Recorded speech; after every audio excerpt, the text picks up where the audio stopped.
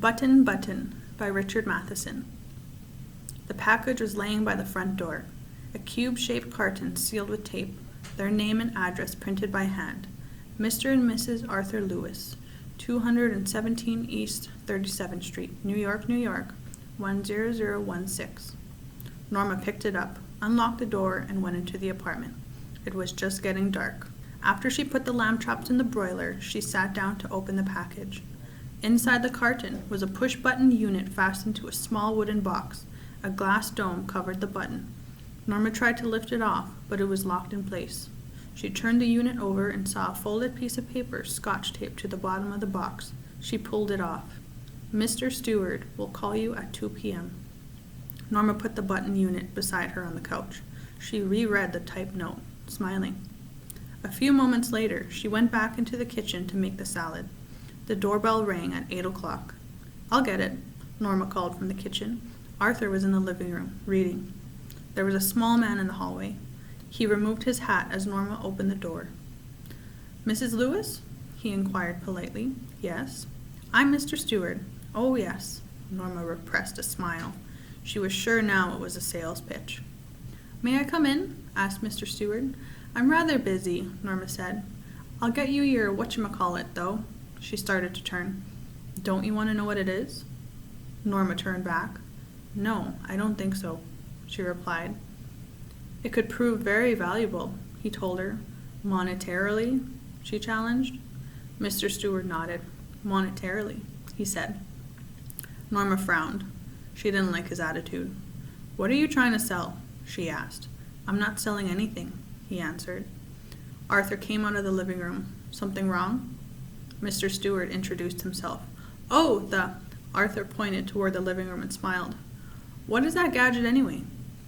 "It won't take long to explain," replied Mr. Stewart. "May I come in?" "If you're selling something," Arthur said.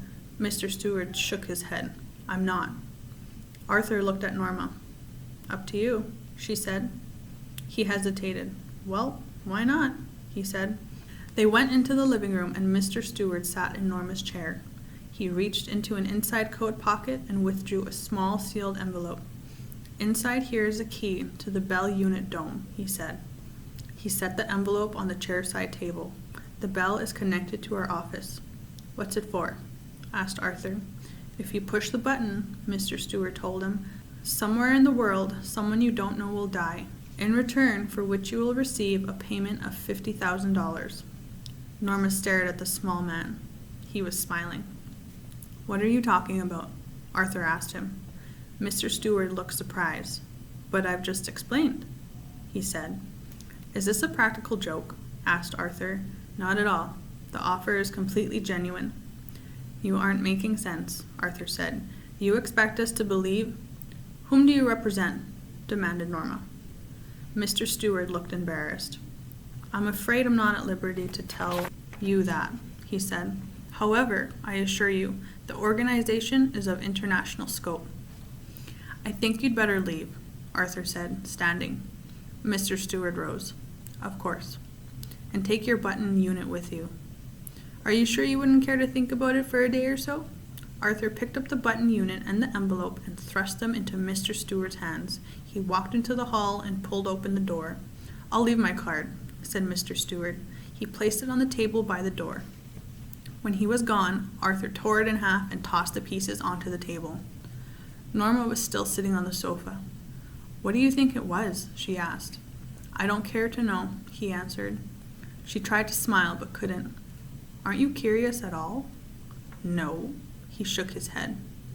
After Arthur returned to his book, Norma went back to the kitchen and finished washing the dishes. "Why won't you talk about it?" Norma asked. Arthur's eyes shifted as he brushed his teeth. He looked at his reflection in the bathroom mirror. "Doesn't it intrigue you?" "It offends me," Arthur said. "I know, but—" Norma rolled another curler into her hair. "Doesn't it intrigue you too?" "You think it's a practical joke?" she asked as they went into the bedroom. "If it is, it's a sick one." Norma sat on her bed and took off her slippers. "Maybe it's some kind of psychological research." Arthur shrugged.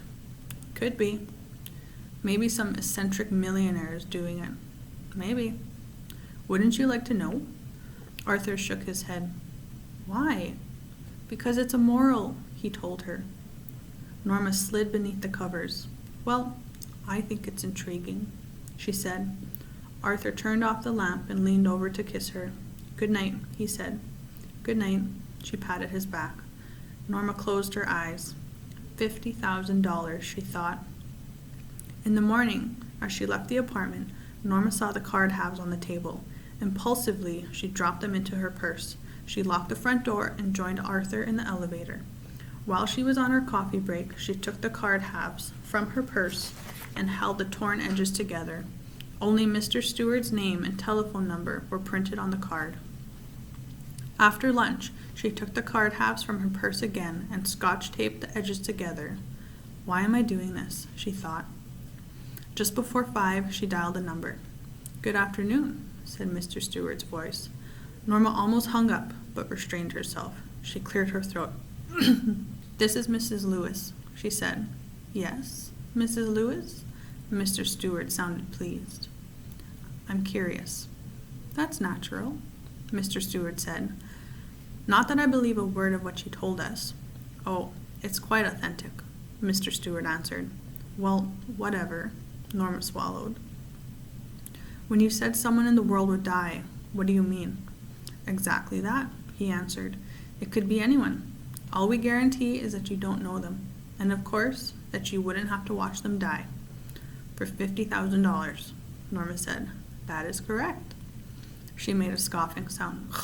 That's crazy. Nonetheless, that is the proposition, Mr. Stewart said. Would you like me to return the button unit? Norma stiffened. Certainly not. She hung up angrily. The package was lying by the front door. Norma saw it as she left the elevator. Well, of all the nerve, she thought. She glared at the carton as she unlocked the door. I just won't take it in, she thought. She went inside and started dinner. Later, she went into the front hall. Opening the door, she picked up the package and carried it into the kitchen, leaving it on the table. She sat in the living room, looking out the window. After a while, she went back into the kitchen to turn the cutlets in the broiler. She put the package in a bottom cabinet.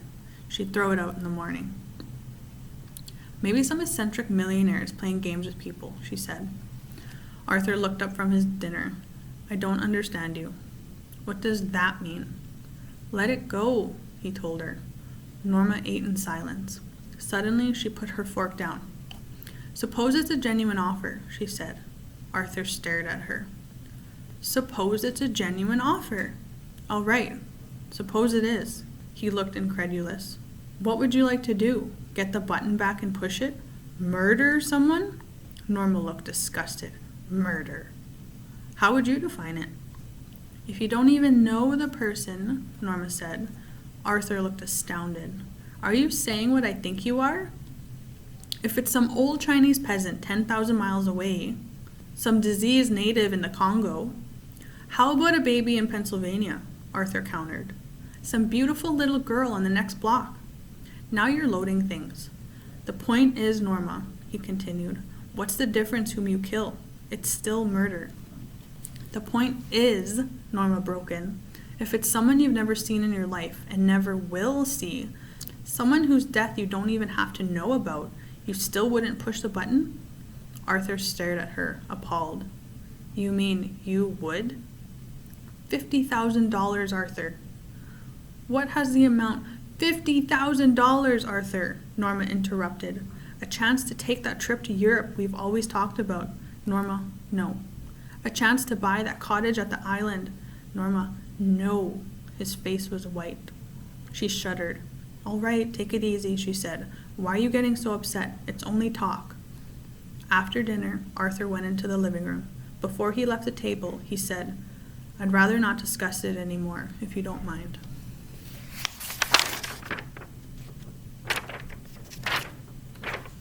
Norma shrugged. Fine with me. She got up earlier than usual to make pancakes, eggs, and bacon for Arthur's breakfast. What's the occasion? He asked with a smile. No occasion. Norma looked offended. I wanted to do it, that's all. Good, he said. I'm glad you did. She refilled his cup. Wanted to show you I'm not She shrugged. Not what? Selfish. Did I say you were? Well, she gestured vaguely. Last night, Arthur didn't speak. All that talk about the button, Norma said. I think you, misunderstood me. In what way? His voice was guarded. I think you felt, she gestured again, that I was only thinking of myself. Oh, I wasn't. Norma? Well, I wasn't. When I talked about Europe, a cottage on the island, Norma, why are you getting so involved in this? I'm not involved at all, she drew in a shaking breath. I'm simply trying to indicate that, what? That I'd like for us to go to Europe, like for us to have a cottage on the island, like for us to have a nice apartment, nicer furniture, nicer clothes, a car, like for us to finally have a baby for that matter. Norma, we will, he said. When? He stared at her in dismay. Norma, when? Are you, he seemed to draw back slightly, are you really saying? I'm saying that they're probably doing it for some research project, she cut him off. That they want to know what average people would do under such a circumstance. That they're just saying someone would die in order to study reactions. See if there'd be guilt, anxiety, whatever. You don't think they'd kill somebody, do you? Arthur didn't answer. She saw his hands trembling. After a while, he got up and left. When he'd gone to work, Norma remained at the table, staring into her coffee. I'm going to be late, she thought. She shrugged. What difference did it make? She should be home anyway, not working in an office. While she was stacking dishes, she turned abruptly, dried her hands, and took the package from the bottom cabinet. Opening it, she set the button unit on the table. She stared at it for a long time before taking the key from its envelope. She stared at the button. How ridiculous, she thought. All this furor over a meaningless button. Reaching out, she pressed it down. For us, she thought angrily. She shuddered. What is happening? A chill of horror swept across her. In a moment, it had passed. She made a contemptuous noise. Ridiculous, she thought. To get so worked up over nothing. She threw the button unit, dome, and key into the wastebasket and hurried to dress for work. She had just turned over the supper steaks when the telephone rang. She picked up the receiver. Hello? Mrs. Lewis? Yes? This is the Lenox Hospital. She felt unreal as the voice informed her of the subway accident, the shoving crowd. Arthur pushed from the platform in front of the train. She was conscious of shaking her head, but couldn't stop. As she hung up, she remembered Arthur's life insurance policy for $25,000, with double indemnity for... No, she couldn't seem to breathe. She struggled to her feet and walked into the kitchen numbly. Something cold pressed at her skull as she removed the button unit from the wastebasket. There were no nails or screws visible. She couldn't see how it was put together. Abruptly, she began to smash it on the sink edge, pounding it harder and harder until the wood split. She pulled the sides apart, cutting her fingers without noticing. There was no transistors in the box, no wires or tubes. The box was empty. She whirled with a gasp as the telephone rang. Stumbling into the living room, she picked up the receiver. Mrs. Lewis? Mr. Stewart asked. It wasn't her voice shrieking. It couldn't be. You said I wouldn't know the one that died. My dear lady, Mr. Stewart said, do you really think you knew your husband? The end. What would you do? Would you push the button? Ooh.